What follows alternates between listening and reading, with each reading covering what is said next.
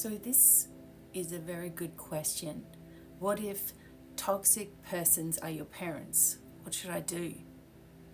You know, there are so many people that are actually dealing with this that it is ridiculous. Okay, so the different types of toxic parents and what this does to you might be where I start first, and then we can develop some strategies about what you could do to deal with it. Not everybody has the same situation, not everybody has the same set of parents, obviously, or not everybody's parents are always toxic or always manipulative, although it can come across at oftentimes at special times in your particular life.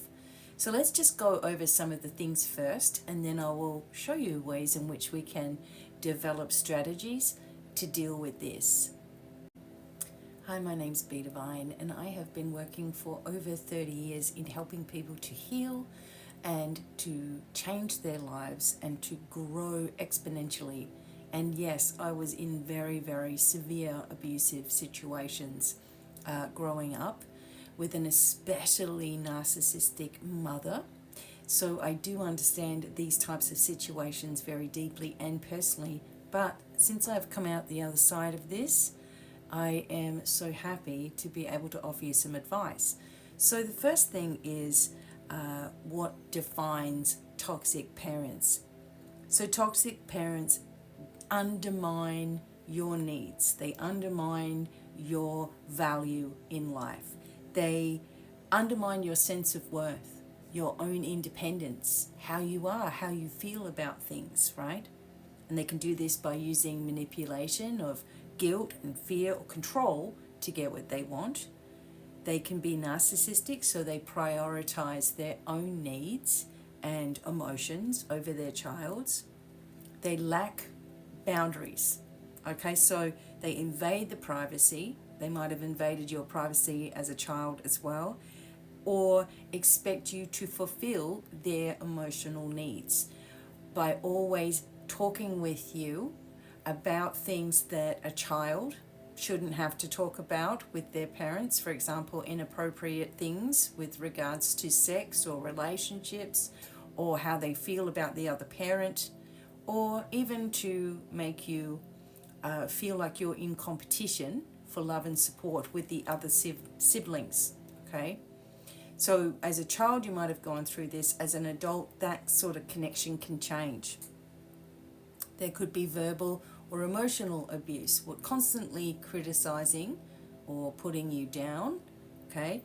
Ignoring your emotional needs, maybe ignoring your physical needs as a child. Maybe you were often unwell and in your environment and weren't often taken care of, just expected to get better, right?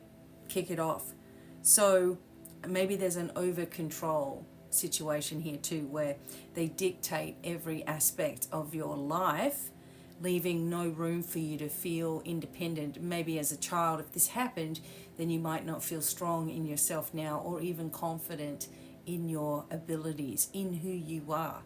Perhaps you've played a role for so long that it's really difficult for you to figure out exactly what to do next.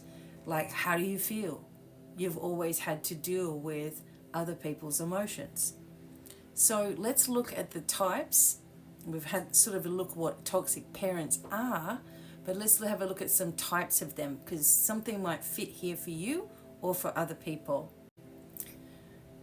So I've written a little bit of a list here. So the narcissistic parent views their child as an extension of themselves, demands admiration and compliance, right? Shows little empathy for your emotions. It's all about them, basically. How they feel. They might moan and complain, talk about other people, whatever it is, but you're expected to keep a high vibration. You're expected to keep an even keel. You can't express how you feel in any way, or you're being selfish. Okay, these are just quick examples. They might be controlling. They might use fear and manipulation to dictate choices. They may make you feel incapable of independence or expecting complete obedience, right? Or else. They might be emotionally unavailable, providing minimal emotional support, avoiding discussing feelings on different topics. For example, if there was sexual abuse or any kind of physical abuse in a person's life, they might say, oh, we're not going to talk about that, and you should not bring that up. We're not listening, right? They don't want to hear about something that might actually be their fault or something where they should have taken a more active role, okay? They also might be physically present but emotionally absent. The guilt-tripping parent uses guilt as a tool to control behavior, often saying things like, after everything I've done for you, making the child feel ungrateful or selfish, right? So you might have been unwell through your life or something, for example, and oh wow, after all the time I took care of you, like, of course you should, you're my parent. So you see, there's things like that where there's such unhealed abuse here that's been going on. And speaking of, the abusive parent engages in verbal, emotional, or physical abuse, instills fear rather than respect, and shift blame onto the child for their outburst. They also may knowingly know that something happened to you, and this was my mother, knew that something was happening to me and continued to leave me in the care of the other person for it to continue to happen. And, you know, watching it and allowing it to happen and then making me feel like I should just keep my mouth shut, or I'm an idiot, or I brought it on myself, right? So there are many impacts to the toxicity of parents.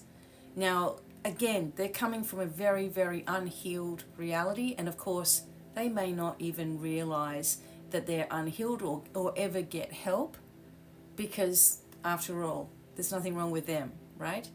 So it brings low self-esteem, it brings anxiety and depression, it brings people-pleasing tendencies, right? Not wanting to upset any apple cart or whatever. It brings emotional dysregulation, it brings trust issues and perfectionism. Now, here are some strategies to cope. Your situation is different to everybody else's. We've all got our own situation, and it's wherever you're at in your journey as to what you will put up with, what you will do. Now, if you are someone who's dealing with this, please put a comment. I will be more than happy to help continue to navigate through this a little bit more for you all. Now, set boundaries, defining what behaviors you will and will not tolerate. A simple no answer: no, can't be there. No, I'm not dealing with that. No, I don't want to hear it. So setting yourself up to be stronger, enforcing consequences when they're crossed, consequences of boundaries being crossed. I asked you to respect my privacy. You haven't. I'm not going to talk to you about this anymore. For example, okay?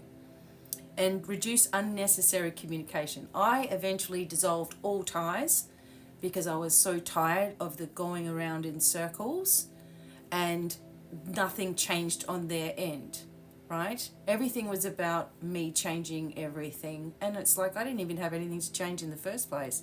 So you limit your emotional reactions as well. They thrive on seeing you getting upset, okay? So no more. They don't have access to that. You're practicing your deep breathing, you're grounding, you're connecting with yourself, you're focusing on your pathway, right? You're strong, okay? You get support to do this. If you need mentoring, if you need therapies of any kind, you reach out to the right people. Obviously, I do all of this. You join a group for people who are also connected with this. You get the support behind you. You're not crazy, okay? You develop a self-validation, self-healing. You're worth it. You recognize your worth. It takes a little time to work on this as well. Reducing the contact, of course, we've talked about it, and reframe your perspective. Accept that your parents may never change, but you can control how you respond, and you're focusing on healing and breaking those cycles. Part 2 coming up. Thank you.